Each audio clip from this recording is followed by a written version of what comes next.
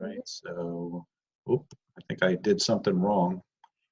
I'm doing reactions instead of recording. Okay, now we're recording. I got that button too close to each other, so. And we'll share our screen here. And let me go ahead and appreciate everybody's, we all have fun doing this, don't we? So, Yep. View from the beginning, come on, go. Thank you. And where is it? All right, so very good. So here we are. So this is Life IQ Living Week 4. Good to have you all here. I know a number of folks, again, responded wanting the recording, so we look forward to having you all join us through the recording. So as we jump in, I want to do a quick review. Last time we spoke, or a couple meetings ago, the first one we talked about this healthy mind. So the idea here was to, oh,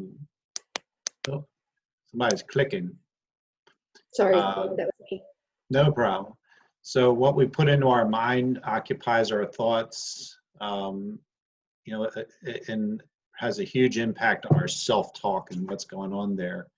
And so we shared some about that. If you didn't have a chance to hear that or see that, the link is out there on my website, crosswayslifecoaching.com/Life IQ Living.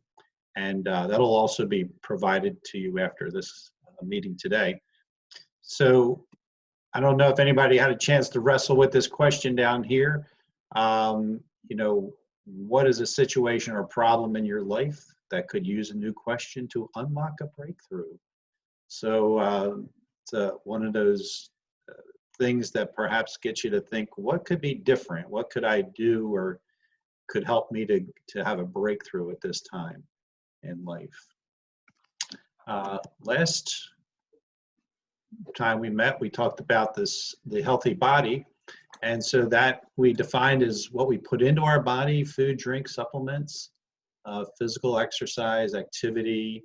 All of these things make up that healthy body, our physical health. And you know, trying to use a disclaimer there, you know, the key isn't to follow what I do or what someone else does, but it's really for find out what works for you. Exercise-wise, you know, I mentioned, and it hasn't changed. You know, I just have to make a decision every morning, exercise. I don't really necessarily feel like it. I don't look forward to it. What I look forward to is when it's over. Hooray, yeah, it's over. But, you know, that's the point. But I always feel better having done it, and I know that it's better for me. And so we talked about this equation, P equals P minus I, performance equals potential minus interference. So your performance in the health part of your life, you know, how you perform, and this could be any area of your life, but we spoke specifically about your physical health, equals the potential that you have minus interference. And so the question there was, where are you experiencing interference in your pursuit of physical health? And so I'm going to ask, as we finished sharing today, and we'll do the check-in time, what you might have been discovering or for either of those questions so far. All right, so new materials. So we're going to talk about healthy spirit. So in this one, what we're talking about with spiritual health is a vibrant faith grounded in grace from God and lived as relational with God. And then this little saying here, this is not unique to me, we are human beings and not human doings. So the idea is the being and how we show up is really crucial. I love this quote by David Benner. He says, God's call to a deep personal encounter is an invitation to step out of the security of your boat and meet Jesus in the chaos of your storms.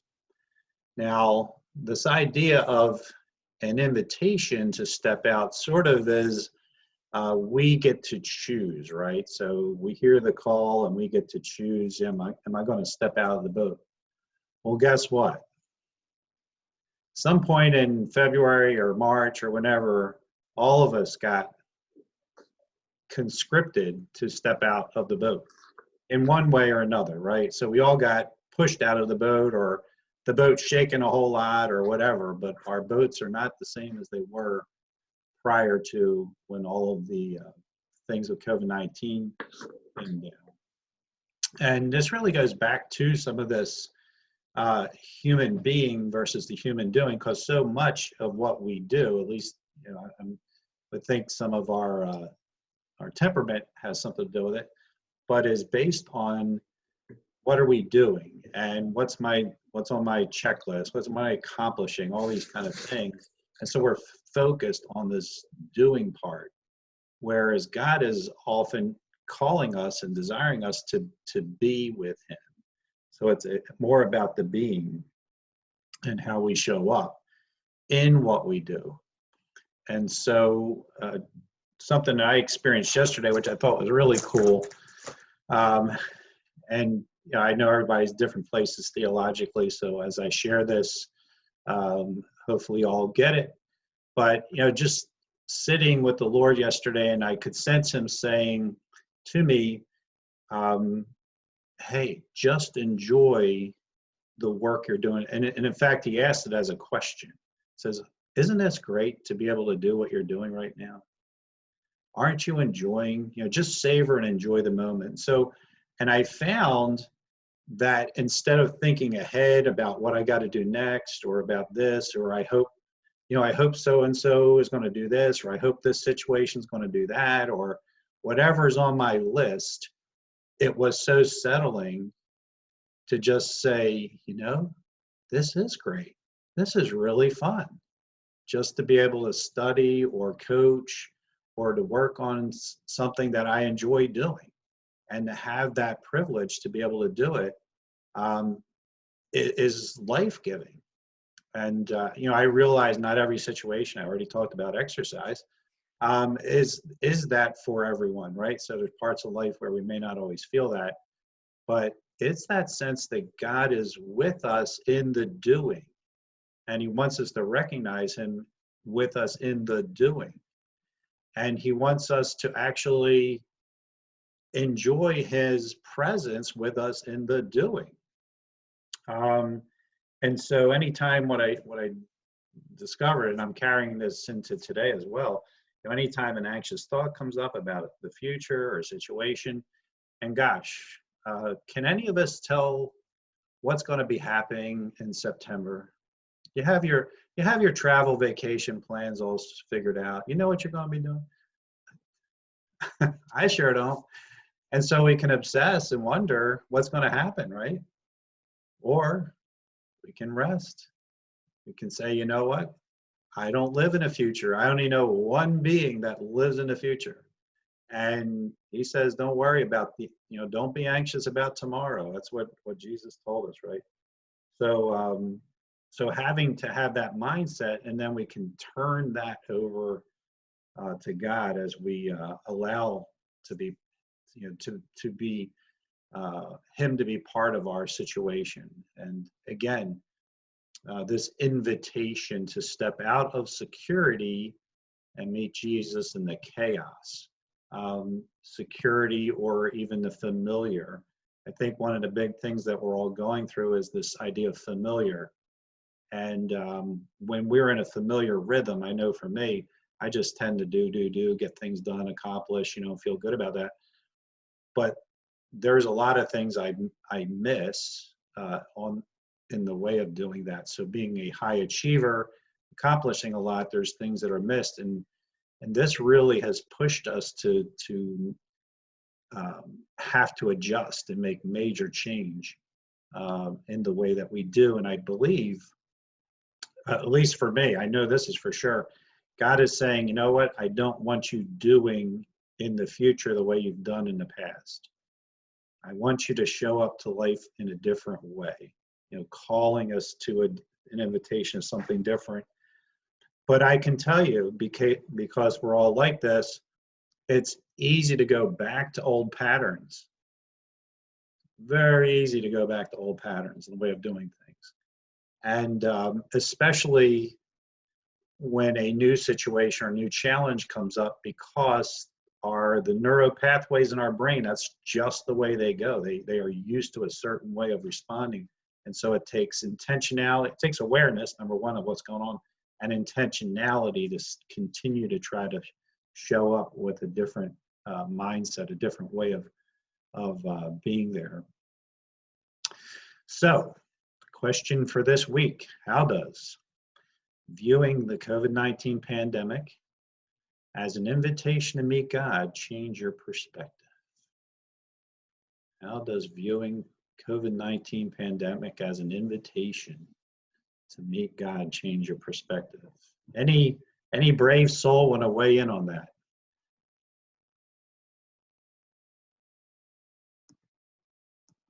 Oh, and to click back.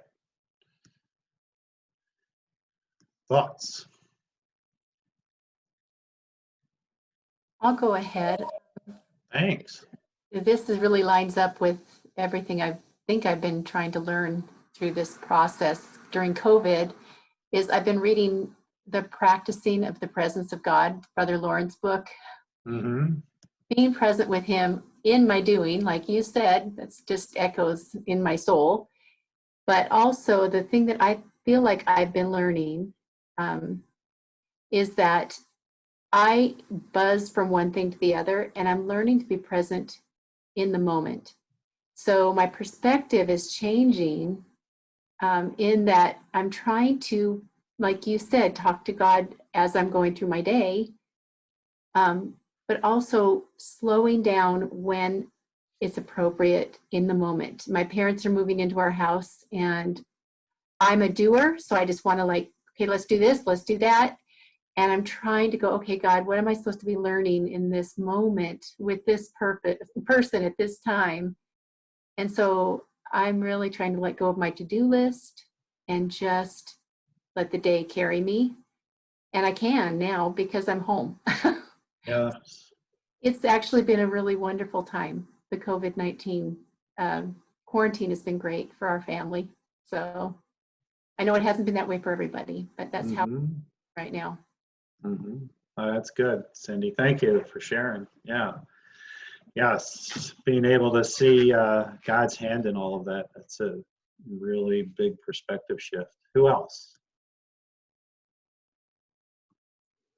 Mike, this is George. COVID-19 is one aspect of just creating more time, giving us more time. But as you know, I've just transitioned from selling a business that I built over 40 years to now building my coaching business. And so I'm at this point of saying, don't get complacent. So I'm trying to really kind of figure that piece out. Of some people would think, well, okay, when you get to that point, you're supposed to cruise, but I'm not a cruiser.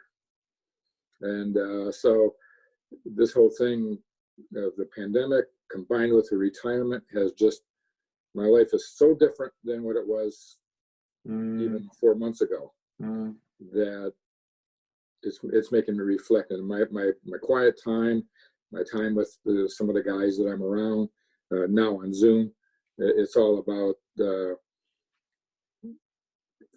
trying to reignite what I'm all about, and to not be complacent, setting new goals, trying to figure out what is the new goal for these next future years as I launch into my coaching business. So it's a great question.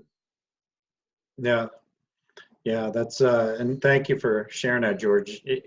A lot of change, a major shift, and as you said, you were shifting out of a very long, successful career, and now having to figure this challenge out too. Yeah. So how does That last questionnaire asked Jesus, how do you want to meet me in this season? It's a great one to think about. Who else? Got time for one or two more, and then we'll do a check-in. Hi, Mike. It's Wendy here. I wasn't able to be with you all last week, but I listened to and watched the recording, and I particularly picked up on the performance equation. Performance is potential minus interference, and that really struck me. But it struck me more in a sense of I just felt really led to look back over the last 5 years and at the changes that have happened as interference to potential has been worked through and moved out of the way. And there was just a really strong sense of 5 years ago, my life looked very different. I would not have been able to picture it as it is today without COVID, but the growth, the changes, the leading, in so many areas, and to really use some of this quieter time to really take that on board and to celebrate it and consolidate it in a way that I'm not normally able to do, because life is on such a wheel of busyness and general rest, but not really stopping to look back over a period of time. And so with doing that, it's not only strengthened and consolidated my own sense of base and foundation with going forward, but it's also really shown me in a much deeper way God's leading through those years, and how looking back I can see the sense of trail and purpose, where it's often felt along the way like I've been blindfolded, but following very much in trust and faith. So there is that sense of an incredibly precious time, which is also helping me to look forward into the unknown and feeling much more confident in stepping into the unknown, holding on tight to the hand of God. Just amazed at what he's been doing over the last 5 years. Yeah, Wendy, thank you for sharing that. And I think that's the gold you're mining from those experiences, is that knowing this about God. It's not just what you learned. Something that as you're sharing that, it brings up is a number, you're familiar with the James Fowler stages of faith, but I like to describe stage 3, which is the faith that's sort of equates to the high school age, where, hey, I'm a part of this group, or I'm a part of that group, and I call it a borrowed faith. And the reason for that is it's a faith that we get from the community through which we grew up, the community to which we identify, whether that's a church, a denomination, a family, whatever it is. So that's sort of and there's nothing necessarily wrong with that, but it's more of the outside in. Then in the stage 4 is what we call the uncertain faith. So that's the dark night of the soul, the time of trial, the sifting, what's called the wall. So these are those things that we go through, very difficult seasons. And that's meant, that's God's invitation again to really purify and give us opportunity to get to know him, and really bring our faith to a different level, which is stage 5, which I usually call grounded faith. And the idea there is you've wrestled with things. You've really had to deal with a lot of faith questions, and you have a much more firm place from which you're operating. And your depth and your roots and all that are more richly into Christ. And as you were just mentioning, Wendy, Just, hey, I can intrinsically, I know I can trust him because he has proven himself, and I know it. It's not, I hope so, or let me go talk to the pastor because my faith is shaky. No, I know it because of this. Read somebody like Hudson Taylor's Spiritual Secret, and you'll see his stage 3, 4, and 5 experience written about. It's quite interesting how he grew in his faith over the years. But these are opportunities and they are invitations for us to get to know Lord in a totally new way, and an opportunity for us to really meet Jesus and to grow and to really come through with a much stronger faith. But it's an invitation. Nobody's going to, Holy Spirit's not going to show up and say, you're going to do this right now, young man or young woman. It's an invitation. We have to cooperate with whatever he's doing. All right, so just for the sake of time,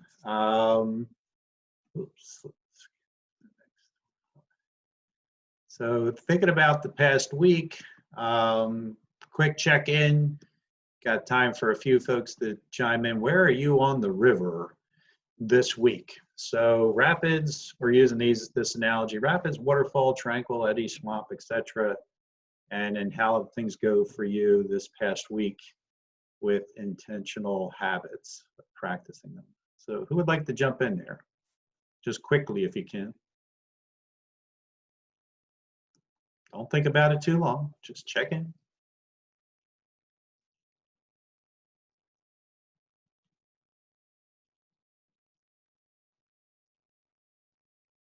I guess I'll go. This is Crystal. Thanks. I've been in an eddy. Okay, an eddy. I had to go look it up to see what that was. But yeah, I've been struggling with depression, struggling with anger, and trying to get out of the depression, and spent a lot more time in the app this week, going from 1 minute pauses to the 3-minute pauses, and doing more deep breathing and taking a longer time out. And it's really been helpful, and being much more intentional about worship. Not just, I mean, we're going to church online and all that's wonderful, but I notice we're not really entering into the singing part. We just listen to it like we're being entertained. And so I've been more intentional the last 4 or 5 days, just singing intentionally to the Lord, and it has helped to pull me back out of the eddy, if you will. Thank you for sharing that, Crystal. Thanks for your honesty and transparency too. I think nobody has felt down a little bit through this time. You must not have feelings because it's been tough. It has been tough. Mm-hmm. Yes, and I think the shock and awe has worn off. I think we're all at this stage of trying to figure out, okay, how do I sort of get my bearings and get back to moving some way? What's moving forward going to look like over the next couple of months? Who else, real quick? Where are you at on the river, and how's it going?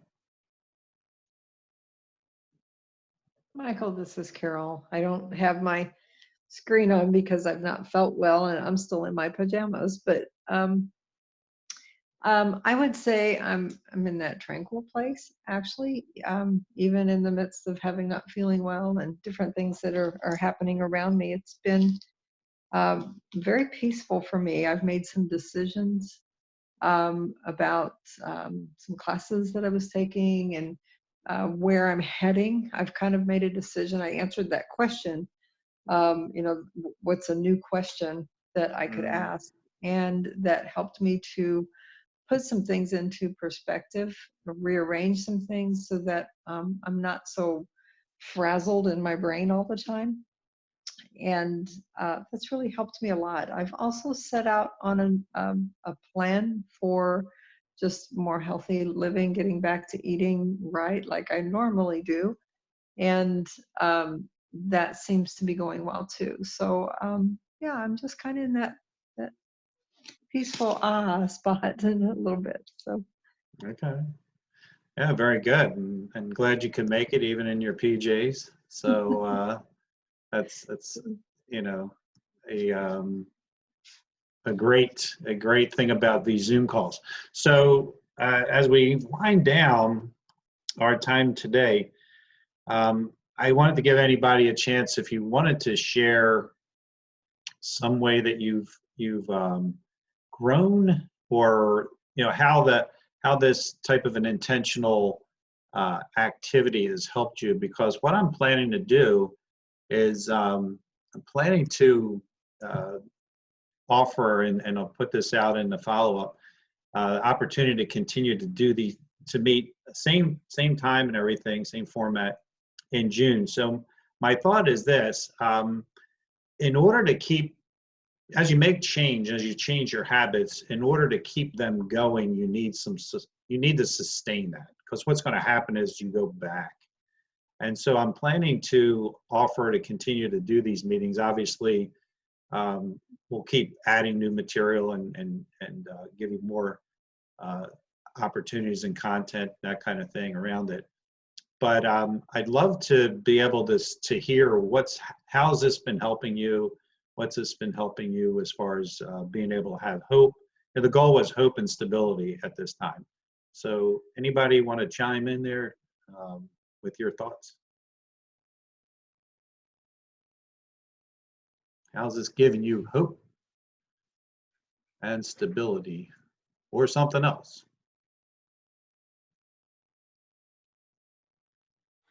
it's Carol again. I'm just probably reiterating what I've already said, but very important part for me was asking the new question. Mm-hmm. And that's a crazy way to get a sense of maybe even a new kind of hope. You ask a new question and it just kind of makes everything go in a different direction. And my question was, how were these specific classes that I'm taking, what are they going to do on the other side of the pandemic? How are they going to play into what's next for me? And it was kind of revolutionary for me. It was really good. And again, it just helped me to settle in my mind. So I think for me, probably through all this, that it's been the peace of mind, and getting my mind thinking in a new direction, and kind of realizing that there's really not a backwards, it's a forwards. Mm-hmm. And as I move forward, what's that going to look like? And you can get into this and you think, in the middle of everything that we're in, and you think, gee, what is on the other side? And it can tend to create hopelessness if you let it. So that was a very important part for me, to be able to ask that question. Yeah, that's a good word, Carol. And I want to be sensitive to time. We're at the bottom of the hour, but thank you for sharing that. And I think that's sort of the intention. And again, the goal is to keep the momentum going, not to let old patterns and old habits and all that come in. So, well, thank you all for making it. Your input and participation is what makes this all work.